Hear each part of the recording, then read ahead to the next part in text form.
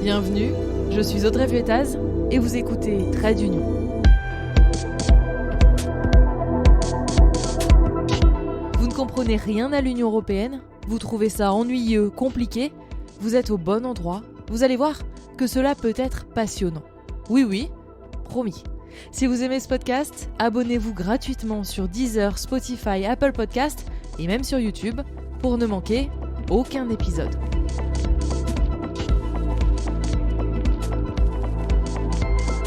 Depuis le début de la guerre en Ukraine, je me pose cette question, qui peut paraître un peu bête, mais après tout peut-être que vous aussi.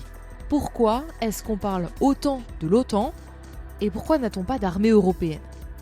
Alors, pour éclaircir les choses, j'ai contacté la personne idéale pour parler de ce sujet selon moi. Elle s'appelle Delphine Deschaux-Duttard, elle est maître de conférences en sciences politiques à Grenoble et surtout membre du Centre d'études sur la sécurité internationale et les coopérations européennes.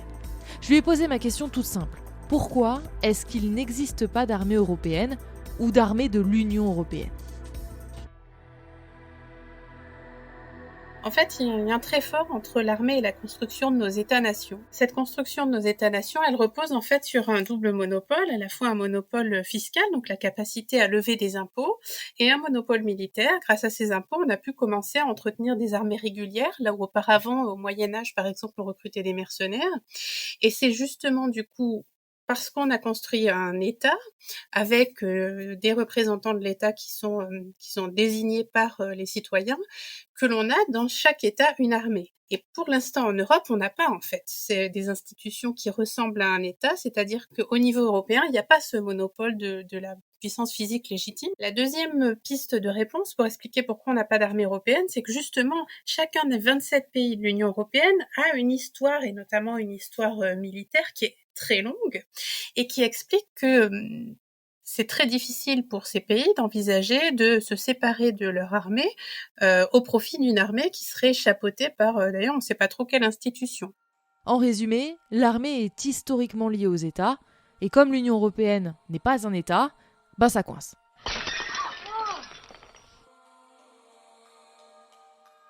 Bon, je vous rassure, il y a quand même eu une tentative d'armée européenne, mais qui a capoté assez rapidement. Ça s'est passé dans les années 50, en pleine guerre froide. Les États-Unis s'inquiètent d'une attaque russe contre l'Allemagne. Les Américains, qui sont déjà engagés en Corée, ont peur de ne pas pouvoir faire face sur le terrain européen, alors ils envisagent de réarmer l'Allemagne.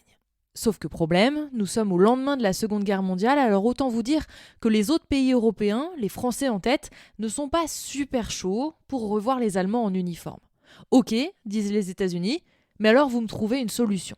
Donc le plan qui avait été trouvé par compromis entre les Américains, les Britanniques et les Français au départ, ça avait été de proposer cette communauté européenne de défense qui avait pour but de créer une armée européenne qui aurait été chapeautée par une haute autorité commune, un petit peu comme une forme de commission européenne, avec un budget commun et qui en fait se serait en quelque sorte substitué aux armées nationales.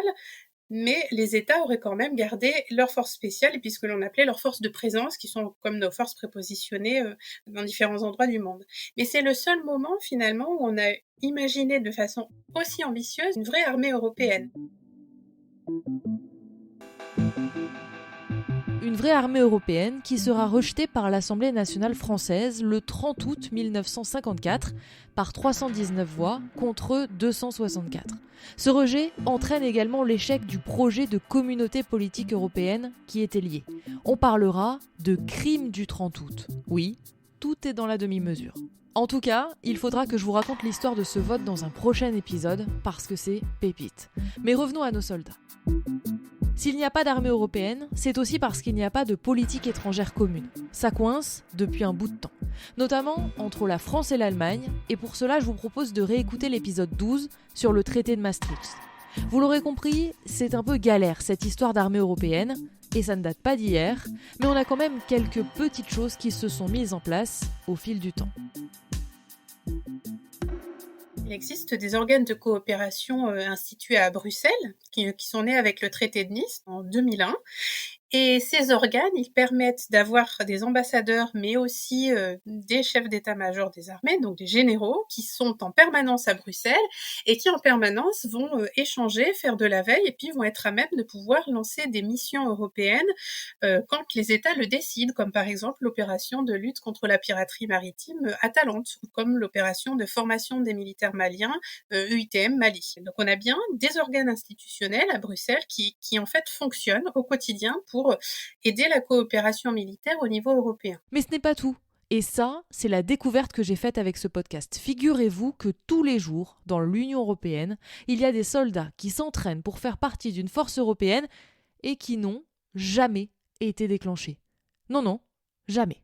I'm sorry, what? C'est ce qu'on appelle des groupements tactiques, qui sont en fait des unités militaires multinationales auxquelles plusieurs pays européens participent en même temps. Donc ce sont des unités de 1500 soldats, il y en a à peu près une douzaine. Ils ont été créés en 2007 et on a en permanence 2 groupements tactiques qui sont en fait pris en charge par plusieurs nations et qui sont entraînés dans le but de pouvoir intervenir en cas de crise. Donc on a bien en fait des outils militaires européens pour pouvoir intervenir si une crise survient dans le voisinage de l'Union européenne notamment. Le problème, c'est que ça n'existe que sur papier pour l'instant, parce que depuis 2007, ces groupements tactiques n'ont en fait jamais été utilisés du fait des limites politiques, on appelle ça les caveats nationaux de chaque État. Pour vous donner un exemple très concret, quand la France et l'Allemagne, par exemple, assurent toutes les deux le noyau dur d'un groupement tactique, du côté français, quand on veut envoyer des soldats à l'extérieur, ça prend quelques heures et c'est le président de la République qui est décisionnaire. Du côté allemand, la décision revient au ministre de la Défense fédérale et il doit en fait avoir l'approbation du Parlement allemand, le Bundestag, ce qui peut du coup prendre un certain temps. Et du fait de limites politiques de cette nature, les groupements tactiques n'ont jamais été utilisés jusque-là. Il y a une autre initiative qui est actuellement en cours depuis quelques années, qui est l'initiative européenne d'intervention, qui a été lancée par la France en 2018. Et là encore, on réunit un petit groupe de pays, 9 pays, dont des pays tiers comme le Royaume-Uni, avec l'objectif de s'entraîner ensemble, de rapprocher les cultures militaires et stratégiques des pays pour pouvoir, si besoin, le jour venu, être capable d'intervenir ensemble en européen. Mais là encore, c'est quelque chose qui débute.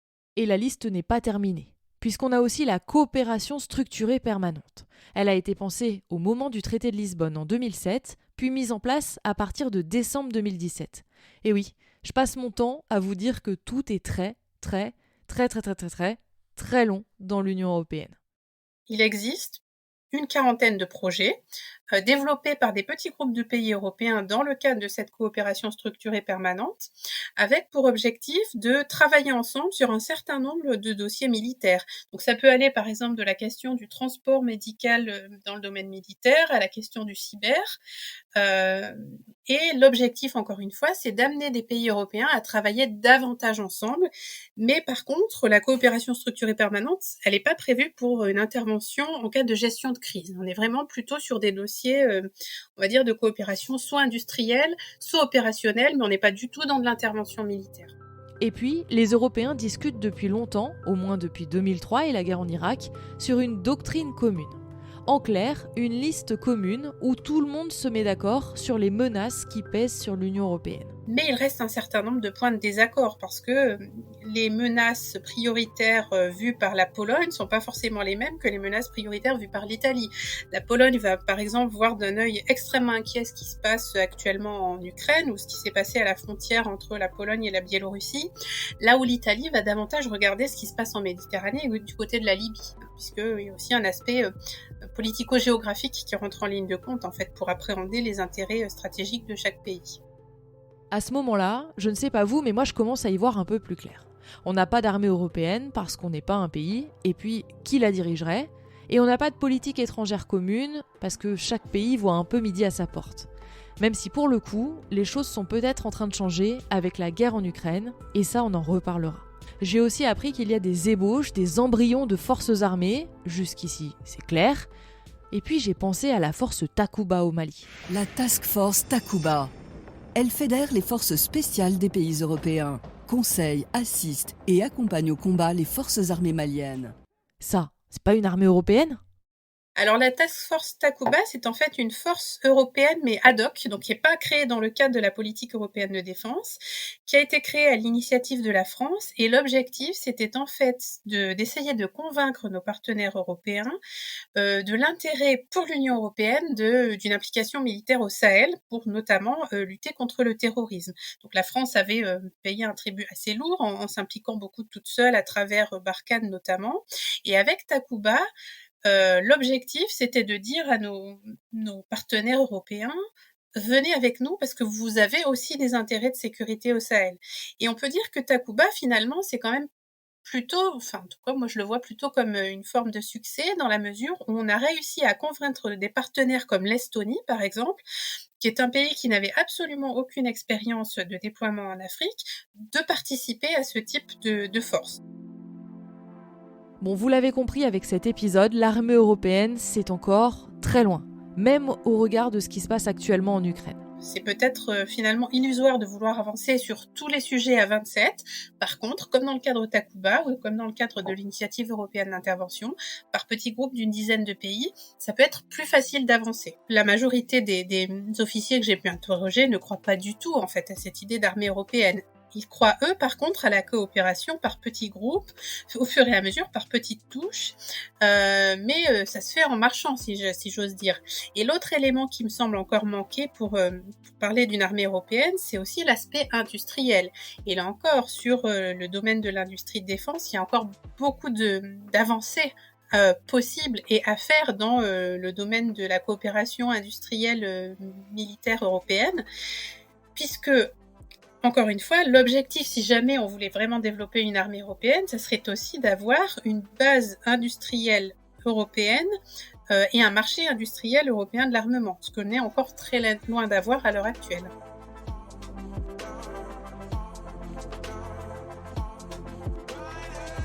Ah, et pour la petite histoire, sachez que les groupements tactiques, vous savez, la force armée qui s'entraîne pour intervenir, eh bien, elle n'a toujours pas été déclenchée, même avec le conflit ukrainien. Les pays ont plutôt mis leurs forces dans l'OTAN. Voilà, j'espère que c'est un peu plus clair pour vous. Je remercie chaleureusement Delphine Deschaux-Duttard d'avoir répondu à mes questions. Merci à vous d'écouter ce podcast, de le soutenir, et si vous voulez l'aider, n'hésitez pas à lui mettre des étoiles et un commentaire. Quant à moi, je vous dis à très vite.